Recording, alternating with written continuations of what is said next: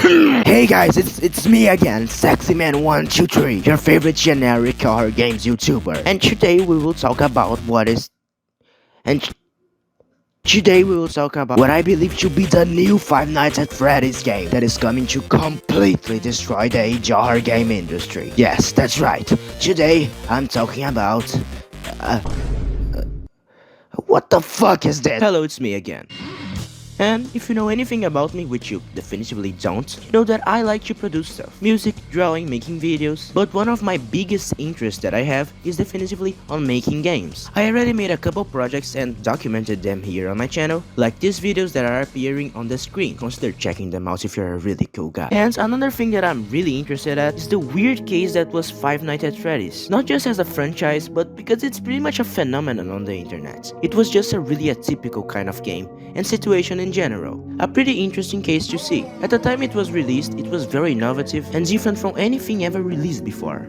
Now it isn't, and because of that I obviously had some inspiration on them while working on my personal projects. But I think the biggest case of that was when I was specifically very fascinated by Five Nights at Freddy's 3 vibe and began working on an entire point and click inspired horror game that went through a lot of stuff. So when I was casually coming up with video ideas, I decided that this would be an interesting subject to talk about. This game almost doesn't feel real. One day I just woke up and decided to do it, made a couple concepts, even began programming it and making music, but somehow just gave up for no apparent reason. So let me explain the story about the nameless sci-fi FNAF ripoff that I almost made. So without further ado, let's do this.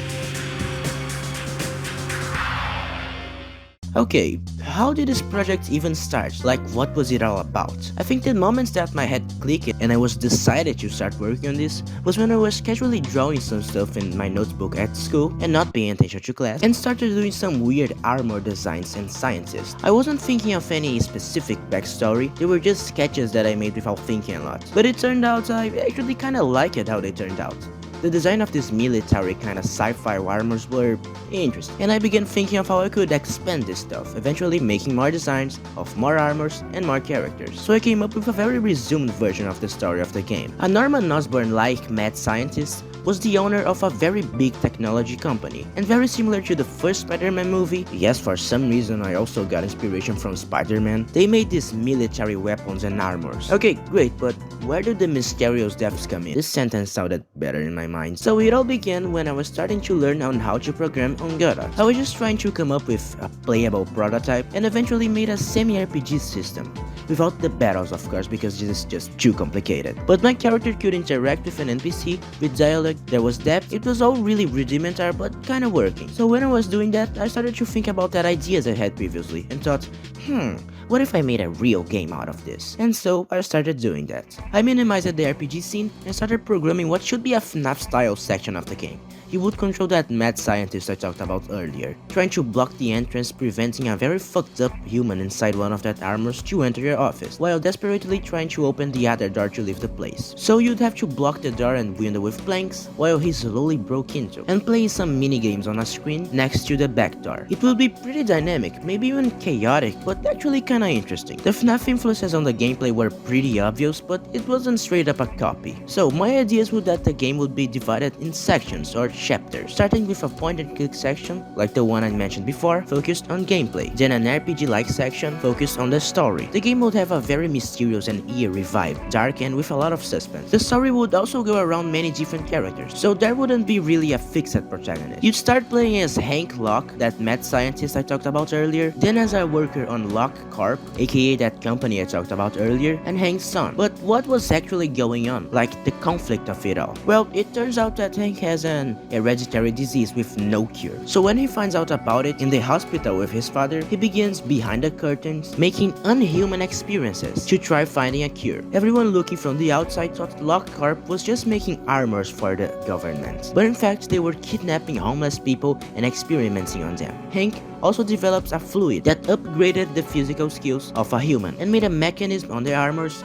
that injected it into anyone wearing it. But of course, this wouldn't really end up well, not like it was any good already. One day, one of the guys that were being experimented on ran away and began chasing Hank down the facility. Everyone had already left the place, and Hank was about to leave when he began trying to escape. The man then entered a room he wasn't supposed to, and that was full of military armors. He wore one of them and began attacking and brutally trying to murder Hank for the sins he committed. And talking about sins, there was even a song made for this part, named Your Sins.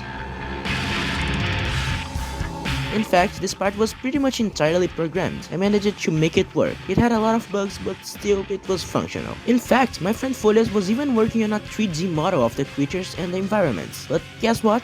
I lost the project entirely and any sign of documentation when I formatted my PC. Haha, life is so fun. Okay, continuing, the game would then follow by Hank being able to enter the room he was trying so desperately and finding another one of these armors. He then had to think quickly, and the only way he managed to defend himself was to also get inside it. The other armored guy managed to enter the same room as Hank and they began a fight. They then eventually got near a container full of that fluid I mentioned earlier and continued to fight, but unfortunately, or fortunately, they accidentally fall inside it. The thing is, this fluid was into the armors in an extremely small amount, cause in excess, it could bring some pretty devastating consequences, like breaking the skin's layer and tissues, danificating the body, causing bruises, and eventually lead up to death. But what happened was that they weren't really wearing normal clothes when they fell. They were wearing some very advanced armors, and they survived it. Now completely disfigured and fucked up, but survived it. They both ran away from the facility, and this is pretty much the basis for the story. On the point and click sections,